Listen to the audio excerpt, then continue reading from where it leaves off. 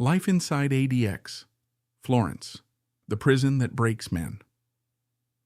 The breaking point. The silence inside ADX Florence is not peace, it's pressure. In one tiny cell, a prisoner pounds his fists against the concrete wall until his knuckles split open. His voice echoes, but no one answers. Guards walk past without a glance. The cameras watch him, but no one cares. Hours later, he's found curled up on the floor, muttering to himself, whispering things that make no sense. His mind, gone. This is what ADX Florence does. It doesn't just lock people away. It breaks them. But how? And what happens when even the toughest criminals begin to lose their grip on reality? The cell that feels like a coffin. Inside ADX, every prisoner spends 23 hours a day in a concrete box no bigger than a parking space. The bed is made of concrete. The desk, concrete. Even the stool is just a block of concrete sticking out from the wall. Prisoners don't see other people. Instead, they stare at 4 gray walls and a steel door with a small slot. Through that slot, a tray of food slides in and out. That's their connection to the world. For one inmate, the silence was worse than any punishment. He began to talk to the walls, believing they were alive. Guards reported hearing him laugh, scream, and whisper to people who weren't there. At first, it was strange. Then it became terrifying. The game of time. Days blur into weeks. Weeks blur into years. Prisoners count cracks in the wall, scratch invisible calendars with their nails, or pace back and forth until their legs ache. The sound of their own breathing becomes the loudest thing in the room. Some hum songs to themselves, others recite memories of their childhood over and over so they don't forget who they are. But for many, time becomes a weapon. A man once begged guards to just turn off the clock in his head. He couldn't stand the endless hours. And then, suddenly one night, the sound of screaming ripped through the unit. An inmate had lost it completely, slamming his head against the steel door until blood smeared across the slot. Guards rushed in, but his words made no sense. His mind had snapped. And this was only the beginning. Letters that never arrive. For the men inside ADX, the outside world feels like another planet. They are allowed to write letters, but every word is read, every page is screened. Some letters never reach their families. Some families give up writing altogether. One prisoner once waited weeks for a letter from his mother. When it finally came, the pages were torn, parts blacked out by thick ink. He stared at the paper for hours, trying to fill in the missing words.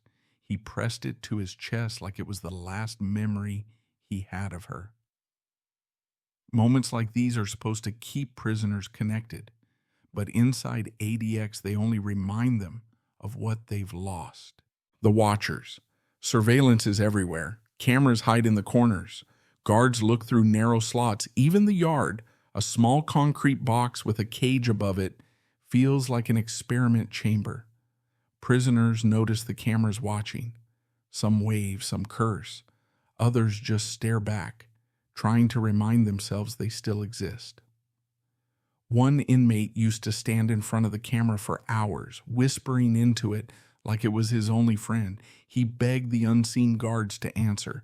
He promised to behave, to change, to do anything if they would just let him hear another human voice. But the cameras never spoke back.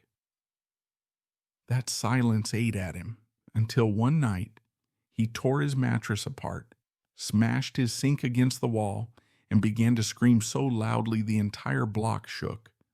Guards stormed the cell in riot gear, dragging him out as he fought like a man possessed. Another mind broken. Meals in silence. Food at ADX. Florence is not comfort. It's survival. Every tray slides through a slot in the steel door. No voices, no words, just the sound of metal against metal. The meals are bland, controlled, and portioned. Some inmates eat in silence. Others refuse to touch the food, convinced it's poisoned. One man was seen staring at his tray for 3 hours straight, whispering, "They're trying to kill me." The silence of mealtime is eerie. Hundreds of men eating alone at the same time in identical cells, but not one sound shared between them. For the prisoners, meals remind them not of living, but of being caged animals. The longest night. Nights inside ADX are worse than the days. The fluorescent light never fully goes dark. Some prisoners try to sleep, but their dreams turn into nightmares. Others just stare at the ceiling, hour after hour. One night, a guard making rounds noticed a strange noise. Tap, tap, tap, echoing from one of the cells. The inmate inside had snapped. He was using his forehead to bang the wall again and again, leaving red streaks across the concrete. When the guards opened the door, he was laughing so hard it chilled even the toughest officers. His face was covered in blood, his teeth cracked, but he kept saying, "I won. I beat the wall." It was the kind of laugh you don't forget, the kind that keeps even guards awake at night. The routine that feels like death. Every day inside ADX Florence looks the same. Wake up to the buzz of a light, eat, pace, stare at the wall, shower, alone, locked in a cage, back to the cell, sleep, repeat. Prisoners begin to say the routine feels like dying in slow motion. One man described it as being buried alive but still breathing. The sameness crushes them. Even the sound of a guard's footsteps in the hall can feel like a lifeline, something to break the silence. But when the steps fade, the crushing loneliness rushes back. Some try to fight it.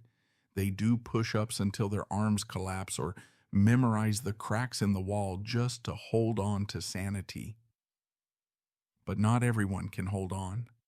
The window that isn't a window. Each cell has a narrow slit, a window so small you can't see much, just a slice of the sky or maybe a wall of concrete. Inmates cling to that view like it's the last proof the outside world exists. One prisoner became obsessed with his slit of sky. Every day, he stared at it for hours, whispering that he could see birds, planes, clouds. But one day, when the weather turned gray, the slit showed nothing but storm clouds. Something inside him snapped. He screamed that the sky had disappeared. He smashed his head against the wall, begging for the light to come back. Guards rushed in, but he fought like a man drowning, convinced he'd lost the only piece of freedom he had left. For weeks after, he refused to even look at the window again. Voices in the walls. Some inmates say the silence is worse than any torture. Others begin to hear things. At first, it's small, like footsteps that aren't there, or whispers echoing through the vents. One prisoner swore the walls were speaking to him. He claimed they told him secrets about the guards, about other inmates, even about his past crimes. He pressed his ear to the concrete for hours each night, straining to listen. Guards saw him grinning, nodding, answering back like he was in conversation. At first it seemed harmless, just a coping mechanism, but soon the voices grew darker. They told him to do things, dangerous things. And one night, he obeyed. Blood on the door.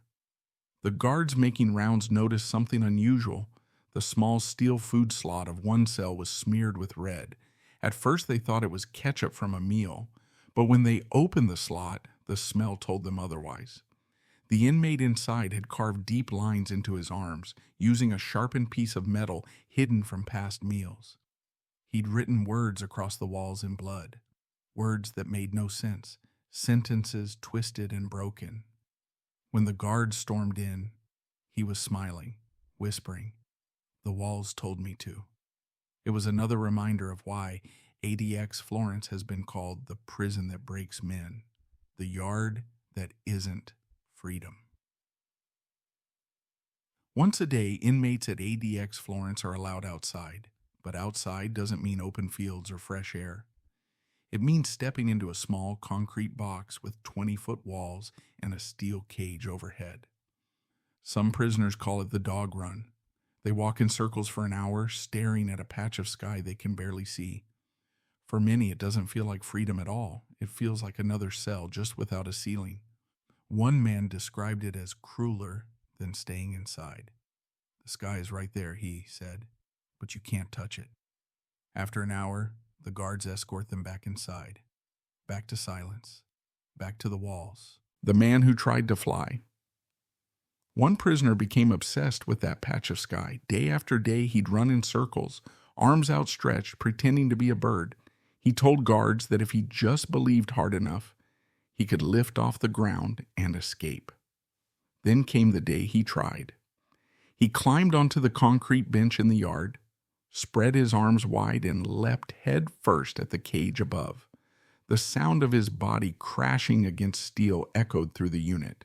He fell to the ground, broken and bleeding, but still whispering, almost free. It was a haunting reminder. At ADX Florence, even hope can drive a man insane. The library without books. ADX has what they call a library, but it isn't shelves filled with books. Instead, it's a cart pushed by staff down the silent corridors. Prisoners can request certain titles, but choices are limited. For many, these books are the only escape. Men devour every page, not for pleasure, but for survival. Reading becomes a lifeline, a way to leave the concrete walls, if only in their minds. But when the cart doesn't come for weeks, some prisoners unravel. One inmate was seen screaming through the food slot, demanding his book back as if his sanity depended on it. Maybe it did. That cart was hope on wheels, and when hope is delayed, madness rushes in. The pages turn red. One afternoon, guards delivering meals noticed blood soaking through the gap at the bottom of a cell door. They rushed to open it, only to find an inmate sitting on the floor, clutching a book. The pages were torn, stained with blood from his own wrists. He had used the edges of paper to cut himself one slice at a time, whispering lines from the story like a prayer. His final words before collapsing were chilling. The book let me out. Even the smallest taste of freedom in words, in stories, can break a man when he realizes he'll never truly escape ADX Florence. The echoes of family. Every so often, prisoners are allowed a phone call. But it's not a normal call. It's heavily monitored, time-limited, and often cut short if rules are broken. For many, hearing the voice of family is both a gift and a curse. One inmate broke down in tears after hearing his daughter's voice for the first time in years. He whispered her name again and again, but before he could say more, the line went dead. He sat in silence for days, refusing meals, staring at the steel door. The sound of her voice reminded him of a world he would never touch again. In ADX Florence, family ties don't heal the pain, they sharpen it. The call that shattered a man. One prisoner received a call that would change everything. On the other end, he was told his mother had passed away. The guard monitoring the call said the inmate froze, gripping the phone so hard his knuckles went white. When the line cut off, he let out a scream that rattled the unit. Hours later, guards found him in his cell, rocking back and forth, muttering, "She died without me. She died without me." That night, he tried to end his life with a piece of metal broken off his sink. He survived, but he was never the same again. It was another reminder of the cruel truth. Inside ADX Florence, grief has no outlet, no comfort, no release. It simply consumes. The routine of counting. Inmates at ADX invent ways to keep their minds from collapsing. Some count the number of steps from wall to wall, exactly 5. Some tap rhythms on the concrete, pretending it's music. One prisoner spent years memorizing every crack, every chip, every shadow in his cell. For a while, this routine kept him sane. It gave his days structure, something he could control. But control inside ADX is an illusion, one that eventually shatters. Chapter 18, The Numbers That Drove Him Mad. One morning, the same prisoner began screaming. He said the numbers had betrayed him. The cracks on the wall were moving. The steps no longer added up. The rhythm he had memorized had changed. He clawed at the concrete, trying to scrape the wrong numbers away with his bare hands, until blood covered his fingers. Guards dragged him out as he thrashed, shouting, "They're changing the walls. They're changing everything." The same routine that once saved him had finally broken him. The sound of nothing. In ADX Florence, silence is constant. No conversations, no laughter, no voices, just the hum of fluorescent lights and the occasional clang of steel doors. To some, that silence is peace. To others, it is unbearable. One inmate tried to fill the void by humming songs from his childhood. He hummed the same tune every night, softly at first, then louder, until it echoed through the entire block. At first, guards ignored it. Other inmates even tapped along to the rhythm on their walls. But weeks later, the humming never stopped. It grew faster, sharper, more desperate, until it didn't sound like music anymore. It sounded like madness. The song that ended in screams. One night, the humming turned into violent screams. The prisoner had ripped his sheet into strips and tied them tightly around his arms and legs, cutting off circulation. When guards entered, he was thrashing, blood pooling where the knots had dug into his skin. His voice was hoarse, but he kept shouting one line over and over, "I made the silence go away." The same silence that haunted him had finally destroyed him. The mirror that isn't there. Most ADX cells don't have mirrors. Inmates go years without seeing their own reflection.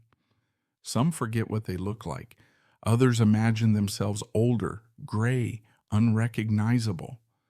One man tried to create a mirror by polishing the metal on his sink until it gave off a faint reflection. Every day he leaned close, staring into the blur of his own face. He whispered to himself, reminding his mind that he was still real, still human. For a time, this gave him comfort, but the blur also played tricks on him. The stranger in the cell. One night, the inmate began shouting.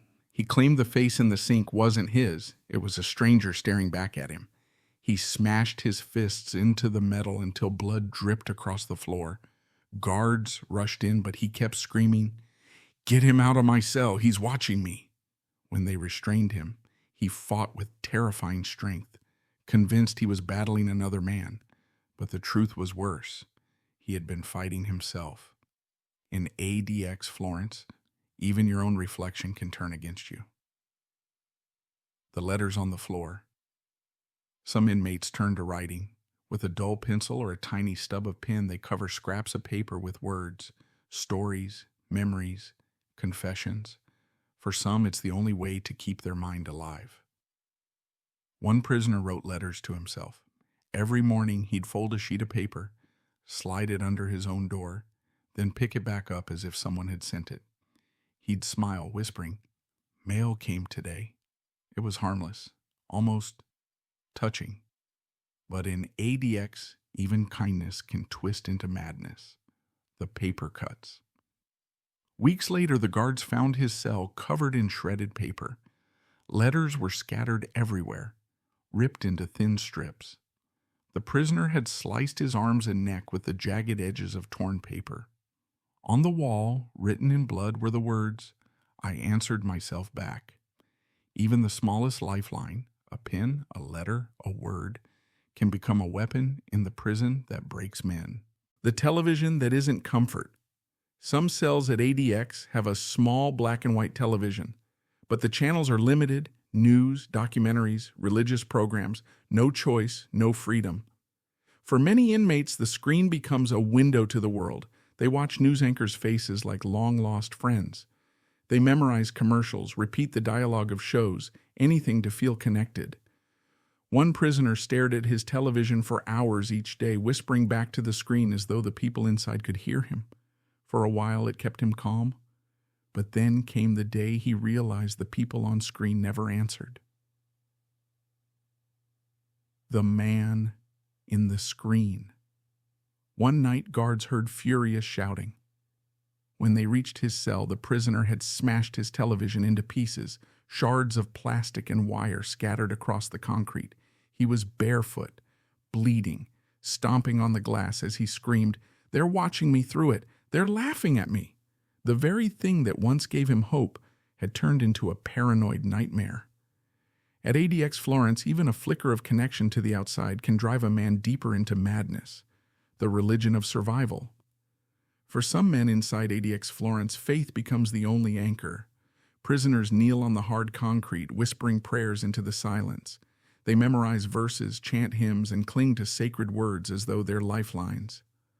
One inmate turned his entire cell into a place of worship. He bowed at sunrise and sunset, reciting prayers with a devotion that impressed even the guards. For months, faith gave him strength, but faith in isolation can twist into obsession. The voice of God. One night, the same prisoner began shouting that God was speaking directly to him through the vents. Guards rushed in to find him trembling, eyes wide, arms raised to the ceiling. He claimed he had been chosen to tear down the prison walls.